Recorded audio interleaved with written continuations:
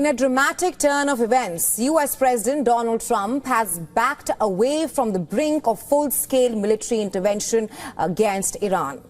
Just hours after issuing a stark threat, as the brutal conflict between Israel and Iran enters its 8th day, the White House has announced a 2-week window for potential diplomacy. The question being, is this a pause or a preparation for something big? Our next report telling you more.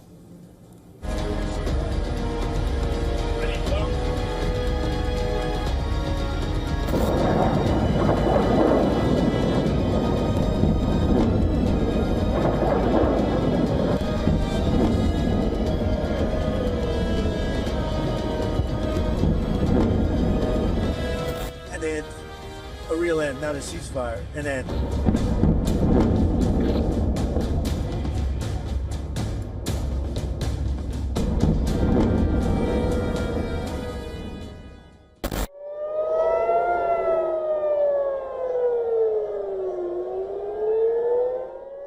Sirens wail over Tel Aviv and Tehran as the 8th day of the Iran-Israel war dawns with fire and fury. The world holds its breath. Missiles streak through the night. Hospitals burn and nuclear sites smolder. The tension of a single question now matches the echo of bombs. Has Trump blinked? Or is this the calm before an even greater storm? America, which has been preparing for maximum pressure, now signals that the time has come for diplomacy with Iran.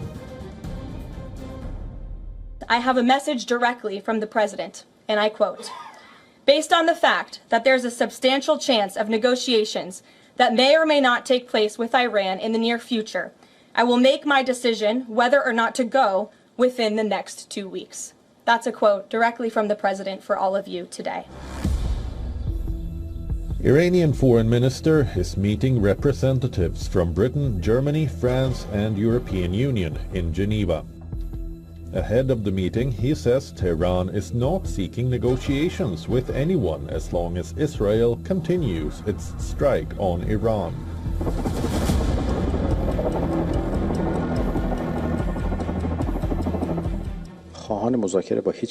Let me make the position clear. Under the current circumstances, and as the Zionist regime's attacks continue, we are not seeking negotiations with anyone, especially not with the United States, on this matter. It is the Americans who are seeking negotiations.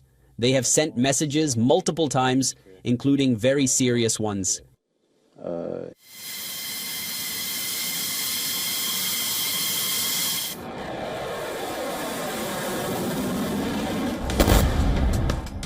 Israeli military released these images showing the latest attacks on Iran.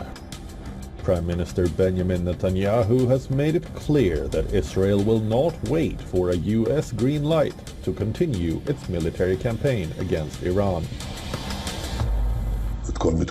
I'm determined that we will achieve all our goals, all their nuclear facilities. We can do this, but the decision of the President, U.S. President Donald Trump, whether he wants to join or not again, is his decision. He will do what is good for the United States, and I will do what is good for the State of Israel.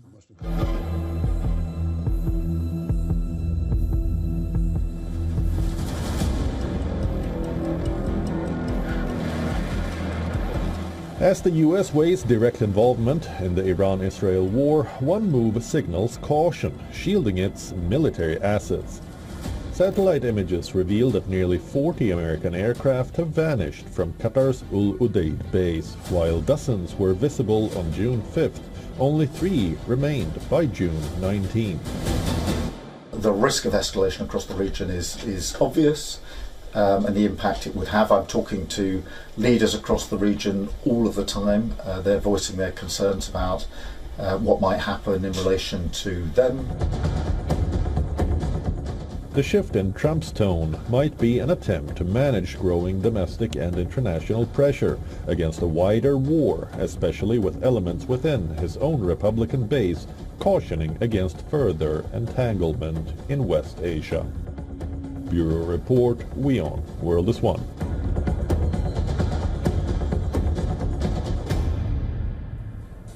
Well, China is once again flexing its military muscle around Taiwan.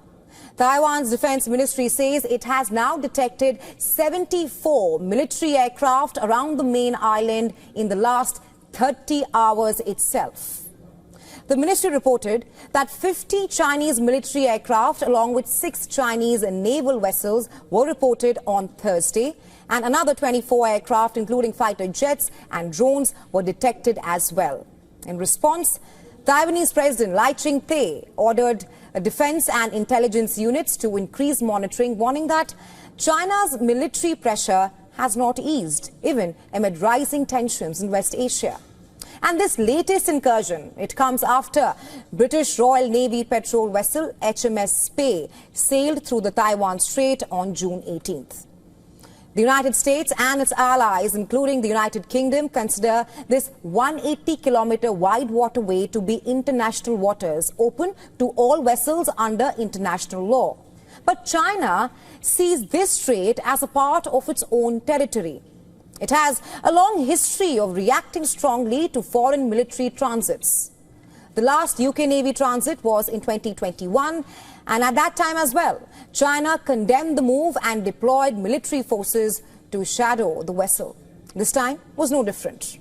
China's foreign ministry condemned Britain, accusing it of using freedom of navigation as a pretext for provocation. China's military also issued a statement calling the UK's actions a deliberate attempt to cause trouble. The People's Democratic Progress Party authorities are trying to seize the spotlight again. No matter what they say or do, this will never change the fact that Taiwan is part of China, nor will it change the historical trend of Taiwan's eventual and inevitable unification with China. Those seeking independence by using force are doomed to fail. Ever since ChatGPT came into our lives, artificial intelligence has perhaps transformed how we learn and work. Millions now rely on it every day, but there is a big question. Does using ChatGPT make us think less? Well, a new study by researchers from MIT, Wellesley College and Massart attempts to answer exactly that. And the findings raise serious concerns about how AI might be changing our brains. Researchers asked students to write essays and then divide them into 3 groups. One used ChatGPT, others used Google search, and a third group relied solely on their own minds. All participants also wore EEG headsets to track their brain activity throughout the sessions. The results, you might be wondering. Well, students who used ChatGPT showed the least brain engagement.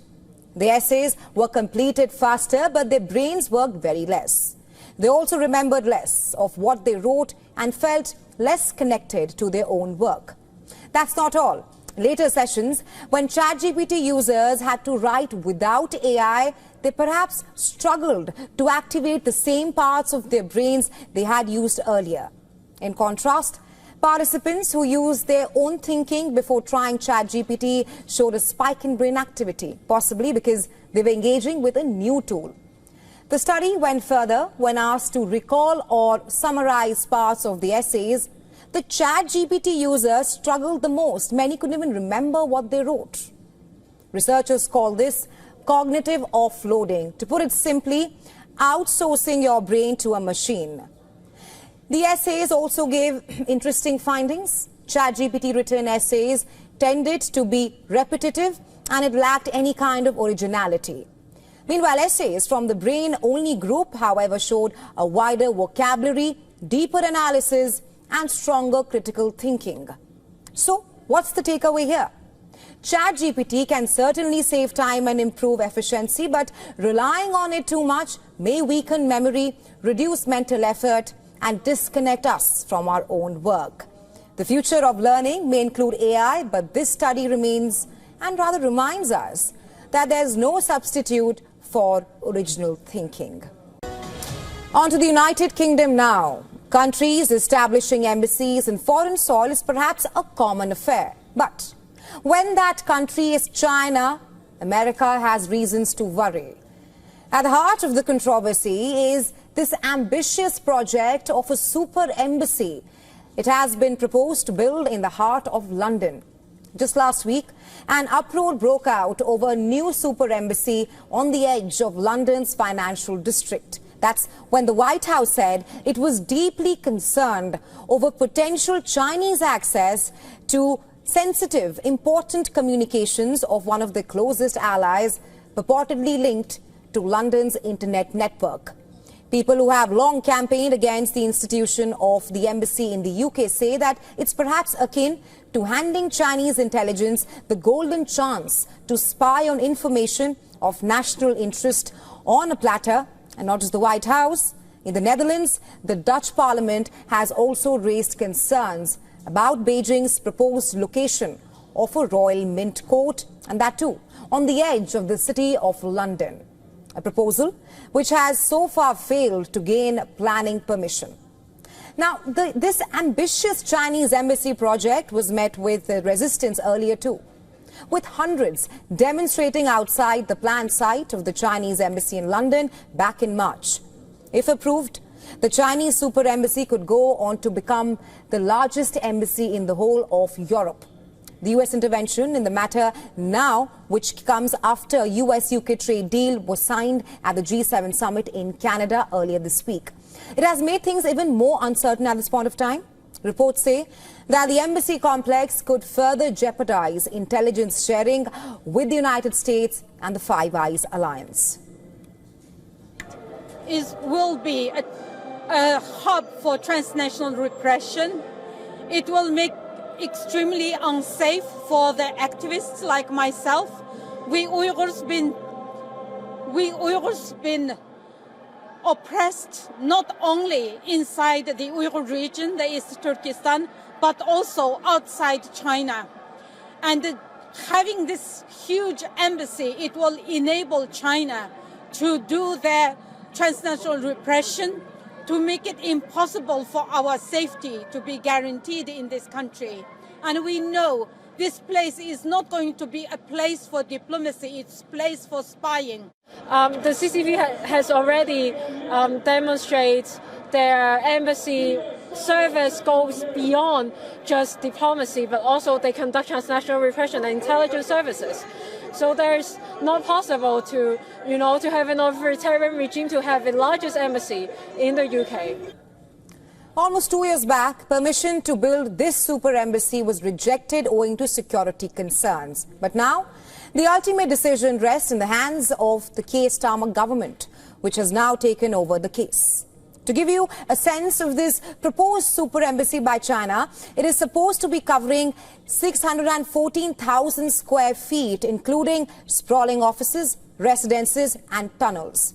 It is also reportedly slated to be built just opposite the Tower of London, right in the heart of the London city.